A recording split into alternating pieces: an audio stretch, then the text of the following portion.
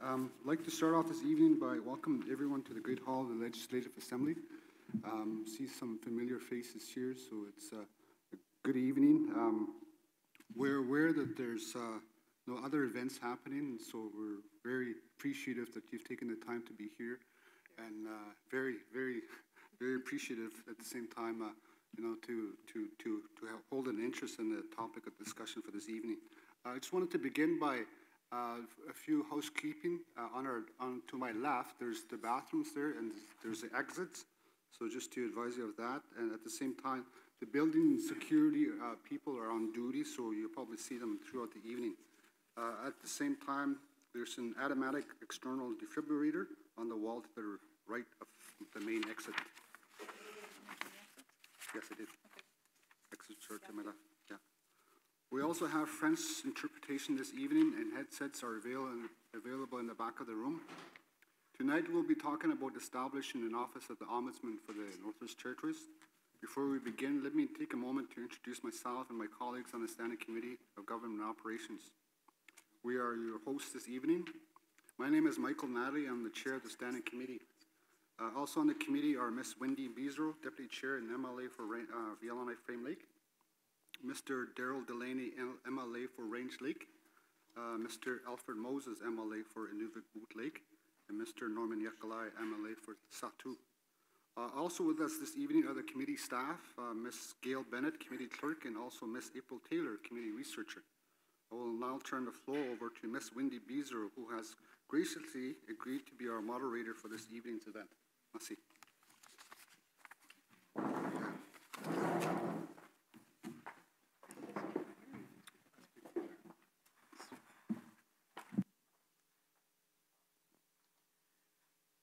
This is on? Yeah, I think it's on. I'm going to test it out, make sure it works before Andre gets here. Thanks very much, Michael, for your introduction. And since I'm a moderator, I figure I should practice, being up here, doing what I'm supposed to do. We are more than excited to have Mr. André Marin here tonight. He is the Ombudsman for the province of Ontario. Extremely well respected. He's very dynamic. We had dinner with him as a committee last night, and it was great to be able to just talk back and forth with him and ask our questions and hear his answers. So I think you're in for an entertaining evening. Mr. Delaney will be introducing him in a couple of minutes, but I want to just take a little time and talk about how we got here, how we got to where we are, and how we got to this evening. It's been a long time coming to get to this point where we might maybe be able to establish an office of the Ombudsman. It's been an issue that I have pushed for many years, but it goes back 20 years. And I see Mr. Bale here, and Mr. Bale was one who, I think, 1992, made an unsolicited proposal to the NWT for the office of an Ombudsman. So that's 22 years ago. And it's been a long time coming, as I say. So in the last couple of years, the Standing Committee on Government Operations, and that's the crew that you see before you here tonight, took the issue of establishing an office of an ombudsman, and it became an issue for the committee. So we've been working on that with our staff for the last couple of years. And it's been raised in the Assembly, but we as a committee managed to get the Assembly to refer the issue to us. That came with money, so we were able to spend some money in order to do a report. So that report was done. It was completed in this spring, and it was tabled in the House in June. There are, before I forget, there are copies. Gail, are they over at security? Okay, on the security desk there are copies of the report available. There's Mr. Marin's bio, and I think a couple of other documents which I'm not positive on. So if you, at any time, if you want to go and get those documents, feel free to get up and move around. When the matter was referred to us, it was to do research, review, and analysis, which we did do. And I think as a committee, I think I speak for committee, in our estimation, now is the right time for an ombudsman. Things have changed somewhat in the NWT. One of the changes is devolution, which has made government, I think in our estimation, even more convoluted and sort of difficult than what it was before. So one of the things that we decided to do when we were talking about, you know, how to advance this issue of establishing the office was to get someone here to talk to us and to talk to the general public about what an ombudsman does. And that was when our staff did all this work for us as usual. But we contacted Mr. Marin's office, and here he is. So just so that you know what's going on, Mr. Marin will do a presentation, give his presentation, and after that we'll have basically a Q&A session, which I will moderate. We're planning to go till about 9 o'clock, 9:30 at the latest. We've had a long day already. I'm sure you guys have too. We don't want to go certainly past 9:30, I don't think. And during the Q&A, it's pretty much open. If you have questions on the report that you want to ask questions of committee members, that's fine. If you want to ask questions of Mr. Marin, that's fine. It's pretty open as to what you want to ask and who you want to ask it of. So at this point, I will turn it over to Mr. Delaney to introduce Mr. Marin.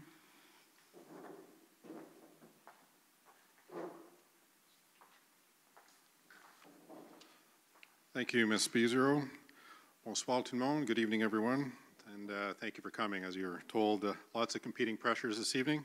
We know your time is very valuable, so we do appreciate your support. I can tell you a lot of research has gone into the committee report that was tabled not that long ago, establishing the Office of an Ombudsman in Northwest Territories. And in preparation of that report, we had to actually find out what the lay of the land was in Canada with Ombudsman services. So it was through that process that our committee first connected with Mr. André Marin's office. And I can tell you right from the onset, their office was very enthusiastic in support, and we're very, very thankful. And now Mr. Marin himself has honored us with his presence tonight with his staff, and we are exceedingly lucky to have him with us. He is, I would say, probably the best in Canada with what he does, and we know he's a very busy man, so we're very appreciative that he's taken the time to come up to Yellowknife. Mr. Marin is an ombudsman of international renown who has become the Ombudsman of Ontario in 2005. He was the first ever to be appointed for a second 5-year term in 2010. In 2012, he was awarded the Canadian Bar Association's John Tate Award of Excellence for his commitment to public service. In 2013, and again this year, Mr. Marin was selected as one of the top 25 influential lawyers in Canada by the Canadian Lawyer magazine. He has received the Ontario Bar Association Distinguished Service Award along with many other awards and accolades that are too numerous to mention this evening. We are, as I said earlier, extremely fortunate to have Mr. Marin here with us to share his experience with us and his expertise, and I hope that with doing so, this will come to the reality of an establishment of an Ombudsman office here in the Northwest Territories.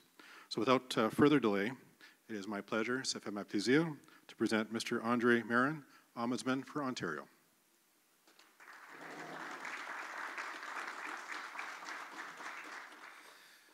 Now I've got one question. Why did David Suzuki visit on my days? Nonetheless, I see the room is pretty full, and that shows your commitment to engagement, your interest in oversight and accountability. And I'm extremely honored to be here to cover off what the Ontario Ombudsman has been doing and to provide some advice to you on the way forward. I'm very honored to be here in the Northwest Territory. It's my first time ever.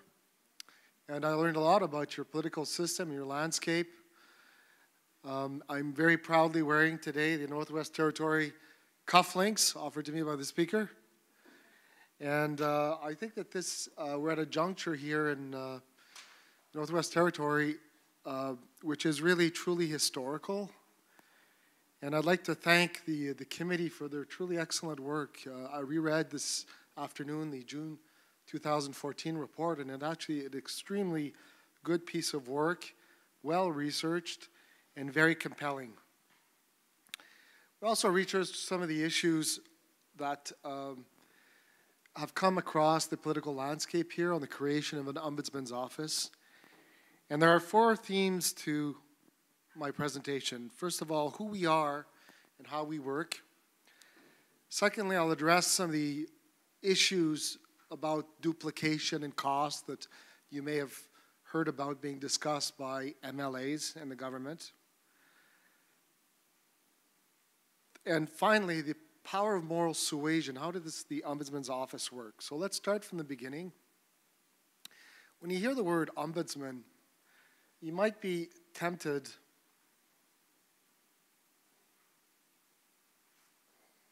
clicker stop working.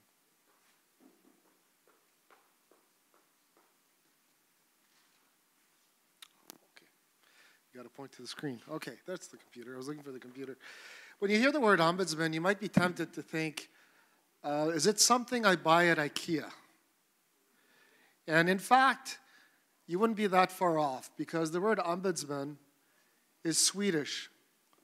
And the statutory parliamentary ombudsman that you find in every other place in Canada except for Nunavut, Northwest Territory, and Prince Edward Island is a direct derivative of the Swedish parliamentary ombudsman. And the word ombudsman means citizen's representative. The man in ombudsman does not mean man, so it is considered a gender-neutral word. We still use it in Ontario for that reason, and for the second reason, that the initial ombudsman was created in 1809, and it's got a lot of goodwill associated with the word. And whereas some jurisdictions have changed names, like in BC, they call it the ombudsperson, and Quebec, the citizen's protector. They're around the world, sometimes they call themselves citizen's aid, public defender, etc. We in Ontario have remained true to the meaning of ombudsman because of the goodwill. People connect to the word ombudsman. Whereas the other terms, it's not that clear. So what exactly does an ombudsman do? You know, the Supreme Court of Canada, in a very colorful decision in 1984, the Chief Justice Brian Dixon said, "The ombudsman brings the lamp of scrutiny to otherwise dark places over the resistance of those who draw the blinds." The U.S. Supreme Court Justice Brandeis once said that light is the greatest disinfectant. And that's what we bring as an ombudsman, scrutiny. We disinfect things. How can that be bad? Let me talk a little bit about the Ombudsman of Ontario. The Ombudsman of Ontario was created in 1975, is an independent officer of the legislature. We oversee over 500 different bodies, including government ministries, corporations, agencies, boards, commissions, and tribunals. Basically, we oversee anything that has the name Government Ontario attached to it. We investigate 27,000 complaints per year. That is a huge number. We have a staff of 90 people. And our complaints have risen 40% over the last year. There are some characteristics of the office. We have very robust investigative powers. In other words, we can subpoena government officials to testify under oath. We have the ability to go search government offices, power of entry. It is very formidable in its state and true to the Swedish parliamentary ombudsman model. And by the way, the Ontario Ombudsman's Office legislation is very similar to what's in existence in other provinces. There are differences, of course, but the main root of the legislation is very similar to what's in place in other provinces.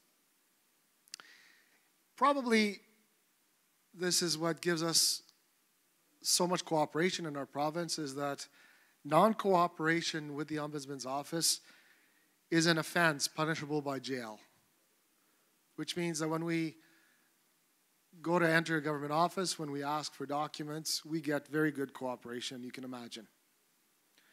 The third point is that there's a discretion not to investigate. The Ombudsman is not like a union rep. We're not there to represent complainants. We're there to represent the public interest. So we have a discretion not to investigate. And finally, we have the discretion to investigate without a complaint. This is called an own motion investigation, where we identify there's an issue and we don't have a complaint, we can conduct an investigation. Now, against the backdrop of all this power, you might wonder, well, what can you do at the end of an investigation? We can only make recommendations. So all this power of investigations, but at the end of the day, we only make a recommendation. And that works for me. We've never asked to have binding authority. As soon as you talk binding authority, then it gets complicated. When you make a recommendation, it's off your desk and it's up to the government to apply it. Now, what does moral suasion mean? It means that we are impartial, unbiased investigators right up until the point where we decide there's a problem with a government decision. Then we make a recommendation, and then we become biased in favor of our recommendation. So we advocate in favor of our recommendations. Moral suasion means having a pretty broad footprint. It means getting engaged in traditional media, social media. Tonight as we speak, we have Ashley from our communications section who's videotaping the whole presentation and be uploaded to our website. It means communicating with citizens of Ontario so that they understand your work, so that they support your work. It means networking with government, helping government sort through their issues. It means having the ability to convince government that they've done something wrong. Now you might wonder, how successful can it be just to make recommendations? Well, our recommendations are 99% accepted by the government. We just issued a report 2 weeks ago on illegally operating daycares in Ontario, which have resulted in 4 deaths in 7 months in the Greater Toronto area. That report that we just published is entitled Careless About Childcare. And we made 113 recommendations. And when we make a formal report like that, we share it with the government to allow them to provide us feedback. And the government, the day we released our report, presented legislation to address our recommendations and undertook to implement all 113 of our recommendations.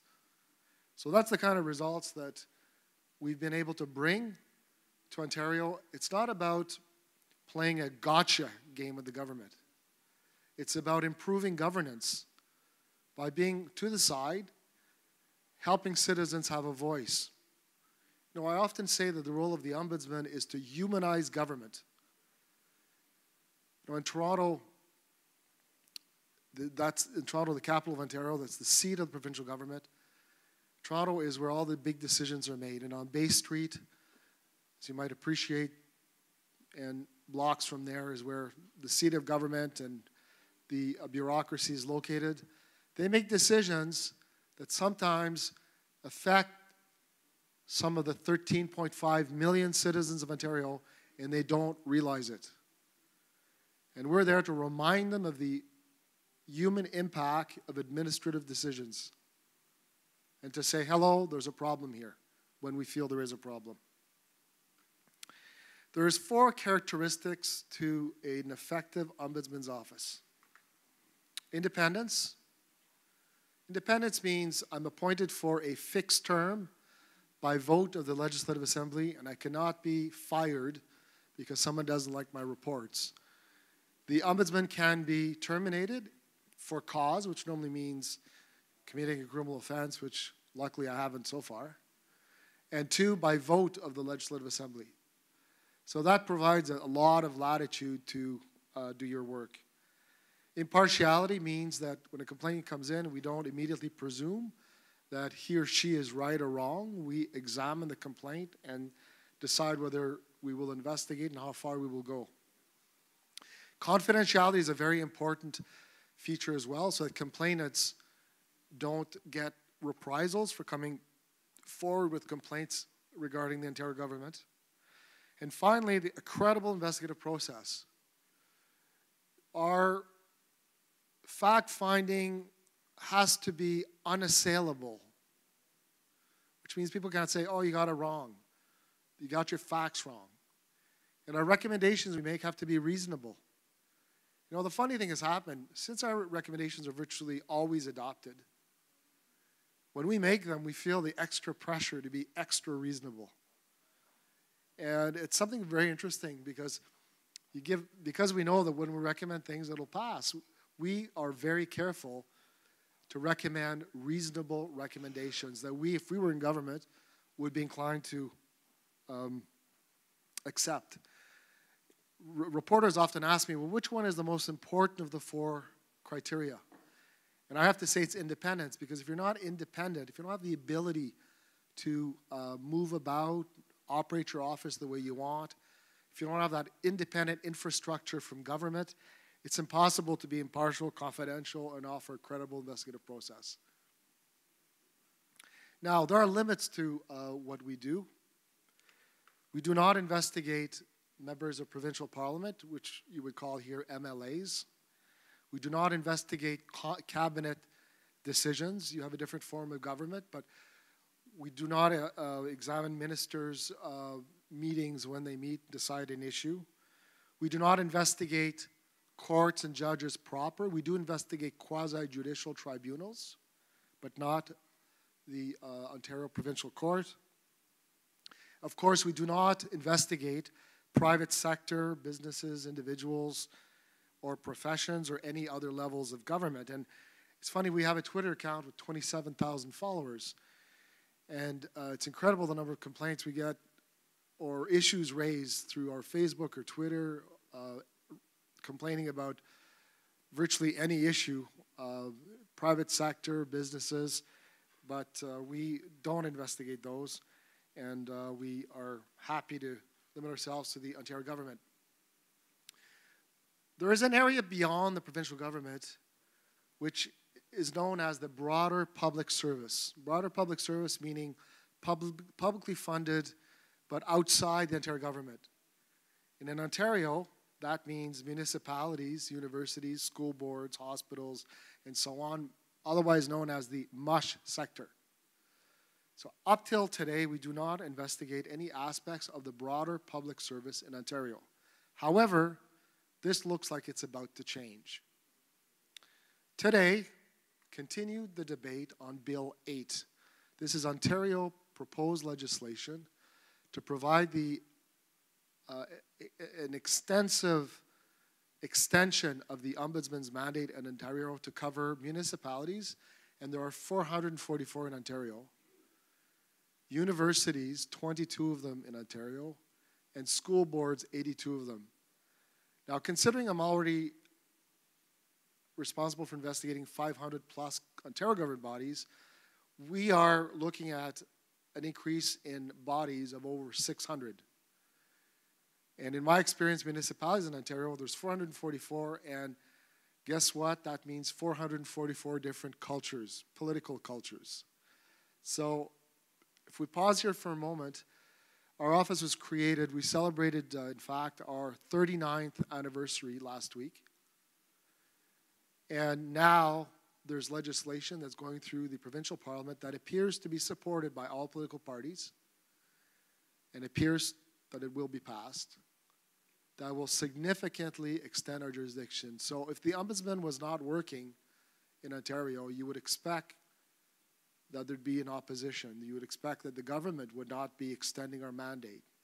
So that is a lesson in the tried and true model, that is the classical Ombudsman's model. Tell you a little bit about how we operate. We have 3 investigations unit in our office. One unit answers the 1-800 toll-free line, which is an essential component to an ombudsman's office because it gives access to the office. That team will resolve quick and dirty issues. For example, we have people calling up complaining, I've been waiting for a birth certificate for so long and I need one to get a passport because I've got a trip coming up. So we make a few calls to the government saying, where's this birth certificate that they're looking for? So that's a quick and dirty investigation, right? I mean, you conduct it quickly. We have people calling and they're confused about government and the ever complex delivery of services by government. They call up and, I'm looking to renew my driver's license. I'm looking to, obtain a death certificate. I'm looking to complain about this other branch of government that we need more inspection on the highways in Ontario of motor vehicles. Where do I complain? So we are channeled to help out citizens to better access their provincial government. So all that kind of work's done by the early resolutions team. It's done informally, fast, and in fact, 72% of our workload, it's 30,000 complaints, 72% are resolved within 2 weeks. And that's because of the quick turnaround of the early resolutions team. The investigations team is when the case gets a little more complex. You require meetings with the public service, exchange of emails, letters, a few calls. It's not something you can resolve like virtually on the spot. So then that is kicked up to the investigations team. And then we have what we call our administrative SWAT team, the SORT team, Special Ombudsman Response Team. And if you look at that slide, that explains it all. We have, since 2005, really increased the number of systemic investigations. We conduct only 5 or 6 per year out of the 40,000, but these are cases where they are in the public interest to conduct a formal investigation, where a quick resolution of the issue is not possible because it's too complex or people disagree about the facts, whereas there's a high degree of concern over the issue. A perfect example is the example I just gave you of our investigation into illegal daycares. You got 4 children who died in 7 months. Everybody's pointing the finger at everybody else. How do we get to the bottom of it? We investigated using the SORT team.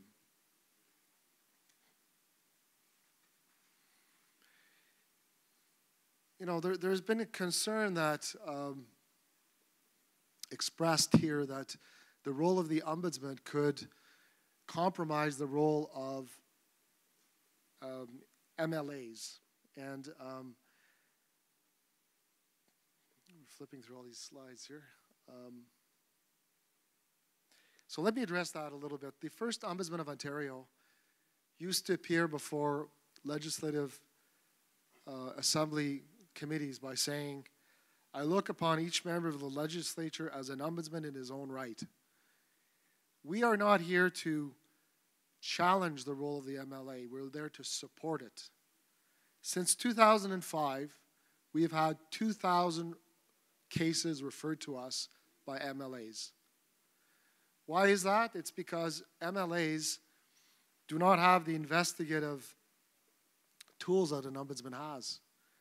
They don't have power of entry. They can't subpoena government officials to their offices. They don't have the ability and the resources to produce reports. The government doesn't have to answer their reports. So MLAs have found in our province that the Ombudsman's office is their ally. They don't feel threatened by us. They feel reinforced by us. And that's why they've sent 2,000 complaints to us since 2005. We spend a lot of time cultivating our MLAs. We make presentations to their constituency assistants. We produce to them writing by writing analysis of complaint trends. So we help support their work, and because of that, we work very closely, and they're quite satisfied with the work we do. Now let's talk about another issue we hear from time to time, and in this territory that you've heard possibly, and that's the concern that an ombudsman's office may bring duplication. And you know, these are normal anxieties. When you bring something new, people immediately say, well, what's the cost? Is this duplication? What about, you know, the job of elected representatives? So that's why I'm addressing it here. So it's quite normal to be concerned. So let me address that. The duplication argument is the same as if you said, well, let's abolish the Court of Appeals, the Supreme Court of Canada. Let's have one trial court because the appeal courts duplicate the work of the trial courts. And we're not about to abolish the appeal courts. And the role of the ombudsman is really a similar kind of role, but an informal administrative role. So we don't intervene until we've allowed the government to address the issue. Someone calls, we'll say to them, have you complained to the government? Oh, no, I want to go straight to you. No. You need to go back and give the government a chance to deal with the issue. So we're a last resort, we're not a first resort. Now, there are exceptions to that. If the complaint is that, you know, no one's answering their phone call, no one's answering their email, well then, you know, there's a breakdown in communication. So we will intervene. We just won't say, well, continue trying forever. But the practice is we're not first resort, we're last resort. And sometimes it works really well. I mean, I'm on Twitter a couple of weeks ago, and I have a tweet that comes my way from the owner of a Toyota Prius. And he was renewing his driver's license. And he said to me, or renewing his car registration or something like that. And he said to me, they won't allow me to renew my car registration until I prove to the public service of Ontario that a Prius is a hybrid vehicle. How crazy is that? So he tweets that to me, and he puts the handle of Service Ontario in the tweet, the people who are part of the public service responsible for issuing car registrations. And within a few minutes, call us at this number, and they resolved it, and I didn't even have to intervene. I was just the guy getting the tweet from the individual who was told, this is ludicrous that I got to prove that a Toyota Prius is a hybrid vehicle. It was picked up by the Ontario government saying, oh, no need to go to the Ombudsman, we'll fix it. The supervisor in the chain. So just the mere fact that I'm like a conduit, I'd never actually had to do anything except receive a complaint which was copied to the Ontario government, and they're like, no, don't touch this. So, that's a perfect example of, in our world we call this the horsefly effect. We're there like a little horsefly riding the government, and sometimes we don't have to do a lot to move the issue forward. So that is a perfect example. I was looking at this, showing my staff, saying this is the easiest case resolution. I didn't have to answer, didn't have to do intake.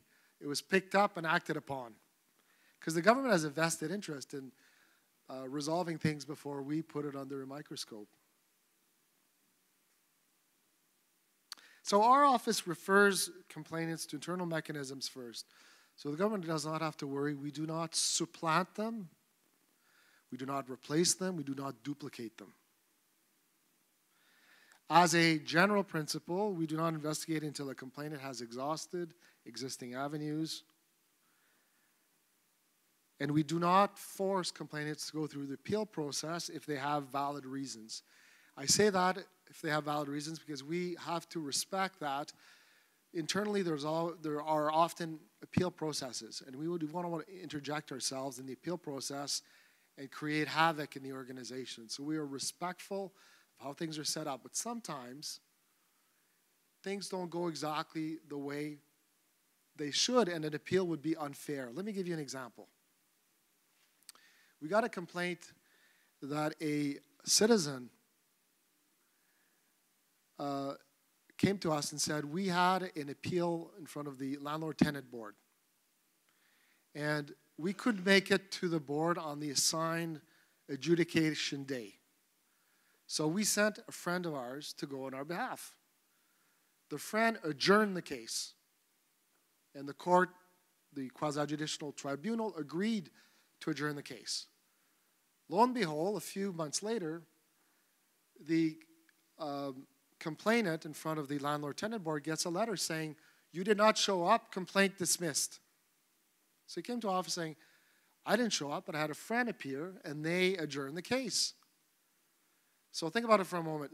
There is an appeal from that board. If he's right, is it fair to force him the cost of doing the appeal? Of course it's not fair. So what we did, he came to us, and we said, okay, well, that's an interesting case. So we pulled the record of proceedings because everything was recorded at this tribunal. So we asked for a recording of the proceedings, and we listened to it. And guess what? The adjudicator had adjourned the case. So instead of forcing the person to go through all the appeals and saying, oh, we can't intervene because of the appeal, we went back to the Landlord-Tenant Board. We said, you erroneously dismissed this appeal, this complainant's case, contrary to what your records show when you said you adjourned it. So we were asking you to reconsider it and not force this complainant to bear the cost of an appeal. And they were quite happy to reconsider, reschedule a date, and proceed with the adjudication. So that's an example where, we don't, the world of ombudsman, everything is fluid. And although there are rules, they're always malleable depending on circumstances. And that's a good example of how, instead of forcing someone to the appeal process, we took over the case and demonstrated that something really serious had gone off track. By the same token, we call ourselves the Ontario's watchdog, and that means that we're not government pets or lapdogs. As I mentioned earlier, we resolved 72% of our cases within 2 weeks. The Ombudsman is often an alternative to expensive dispute resolution through the courts. We are a way by which citizens can get justice by avoiding costly lawsuits, by saving the government money, by not having to defend lawsuits.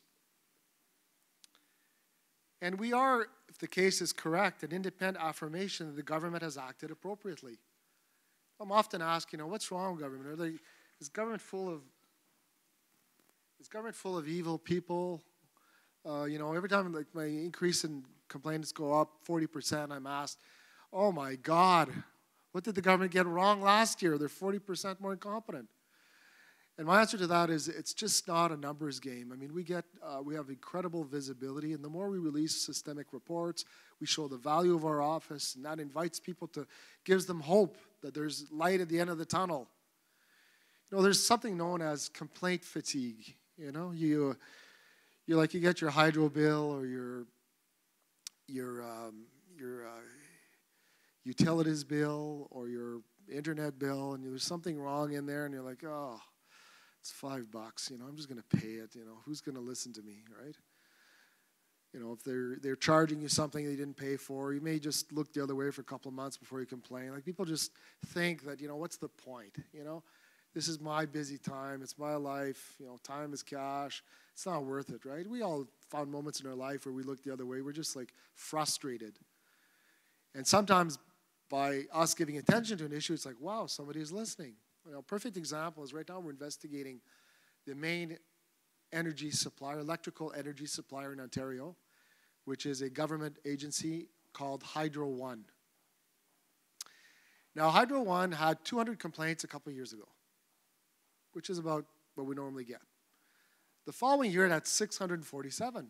I'm like, whoa, this is up threefold.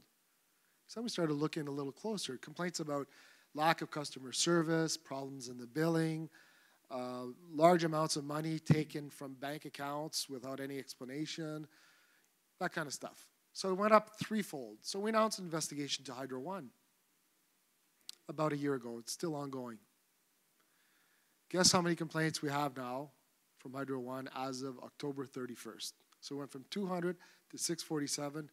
We now have 9,500 complaints. And the reason is people are frustrated with their hydro bills. They can't understand them. And they just give up. They just pay. And now they're like, whoa, the Ombudsman's looking at it. Now we have a credible outside body giving this attention. So it's prompted all these people to come forward. And hydro is the most complained about body in Ontario since the office was created in 1975. We have never seen anything like it. We get about a dozen complaints, new complaints per day still, a year after. So, in essence, our job is to eliminate or minimize government maladministration. We've done this through a lot of our systemic work. I've given you a lot of examples. Let's just skip to one of them that you may have heard of. A game of trust. This is our investigation into the Ontario Lottery Corporation. In Ontario, as I suspect is the case here, you can buy lottery tickets from retailers, right? You go in, pharmacies, Shoppers Drug Mart, just to give a little plug here. You can buy lottery tickets. And what was happening in Ontario is that there's a case from an 82-year-old man who bought a lottery ticket and went to the retailer to validate his ticket. And the retailer took it, swiped it, the back, little jingles go off. Excellent. You've won $10. Here's your $10. Gentleman, he's happy, get his $10, goes home. The next week, he gets his free community newspaper, and he sees this retailer who validated his ticket and gave him $100, holding a $250,000 check. And the local paper's saying, he won, a retailer won, $250,000. And the 82-year-old man said, oh, hold on a second, I've been buying this lottery ticket, the same numbers for 20 years. So he went to the government of Ontario, which runs the lotteries, but then relies on retailers to sell its tickets. And he said, I can prove that I've been buying this number for 20 years.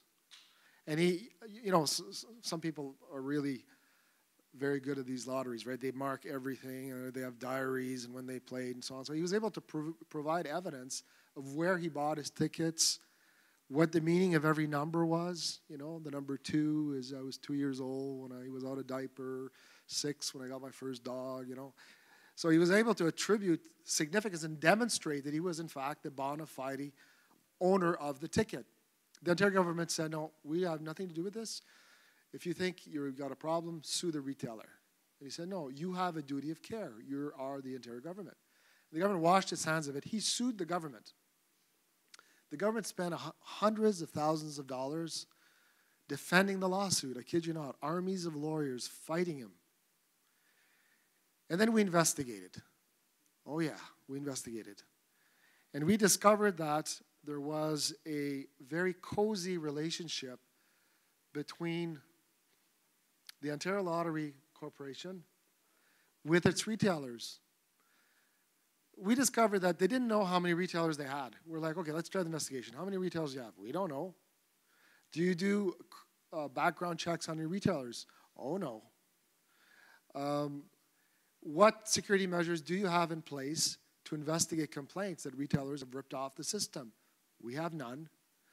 So we investigated it, and we concluded that the Lottery Corporation had lost sight of the public interest, and it was too cozy with retailers. We made recommendations that there be criminal record checks on retailers. They have a registry of retailers, that the retailers cannot buy tickets from themselves, that there be a system to investigate claims of fraud in the lottery system. We recommended that lottery tickets be signed in the front before they're taken out of the store. Now, if there's any significant win when there's a swipe of the ticket in the retail store, there's a direct phone call from the Lottery Corporation to that retailer so that the person who's winning, who's just scanned his ticket, knows before he leaves the amount that he won. There are now in Ontario self-swipe machines so that we don't have to rely on retailers to swipe your ticket. We probably have the most secure lottery system in the world. Once we concluded our investigation, we found out that a stunning $200 million was paid to insiders over a 13-year period, and that there was a huge disproportion in the number of retailers winning vis-a-vis individuals. One of the cases we did, the retailer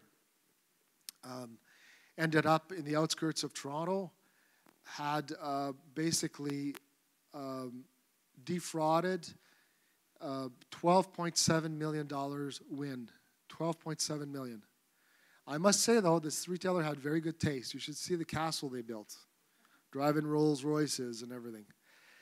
So our report was picked up by the police. They laid several charges of fraud and pursued these fraudulent retailers. As I mentioned, virtually all our recommendations have been approved and implemented by the government since 2005.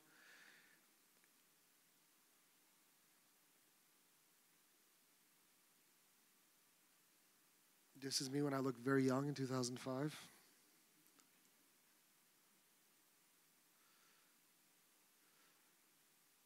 So this is the kinds of thing we've investigated, you know, the cutoff for cancer-treating drugs, newborn screening, property assessments. I mean, it's really such a vast area how the disabled are treated in Ontario. And it's all about, here's a lottery case, new lottery rules to boost trust. It's all about improving governance. Moral suasion means we issue an electronic newsletter called the Watchdog. We have a very large footprint in the mass media and social media. We resolve individual cases while looking at the big picture. We make evidence-based recommendations, always unassailable findings, because we're only as strong as our weakest link. If the government could ever say, oh, he got it wrong, he got his facts wrong, 9.5 years of credibility would evaporate instantly, and then the government would just ignore us. We save government money by proactively addressing issues and nipping problems in the bud, which also includes diminishing the need to go through the court system. And we enhance public trust in government institutions by exposing fraud, corruption, and maladministration. After we released our lotteries investigation report, the ticket sales dropped, bang, which means government revenue dropped. The government adopted our recommendations, reassured the public. We issued conclusions that were satisfied with the government response. What happened next, do you imagine? Sharp increase in lottery tickets. We have a very broad footprint in social media, as I've indicated. You can find us on, this is our website that we update very frequently. We also maintain a Facebook, Twitter, YouTube. We have an electronic newsletter, so I invite you to learn more about our office. And I will conclude by saying I've learned a lot in my last few days. I got a crash course in Northwest Territories political science, consensus government, how you're structured. It's been really fascinating. I have to tell you, I have an undergrad degree in political science, and unfortunately, they never taught me all of this, even though some of the developments are rather recent. We also got a fabulous tour of the building by Caitlin, and who's an intern here.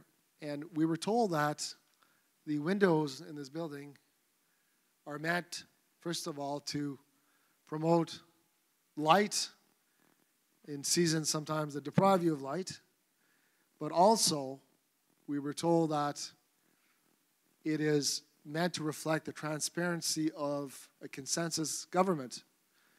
Well, an ombudsman is all about transparency and accountability.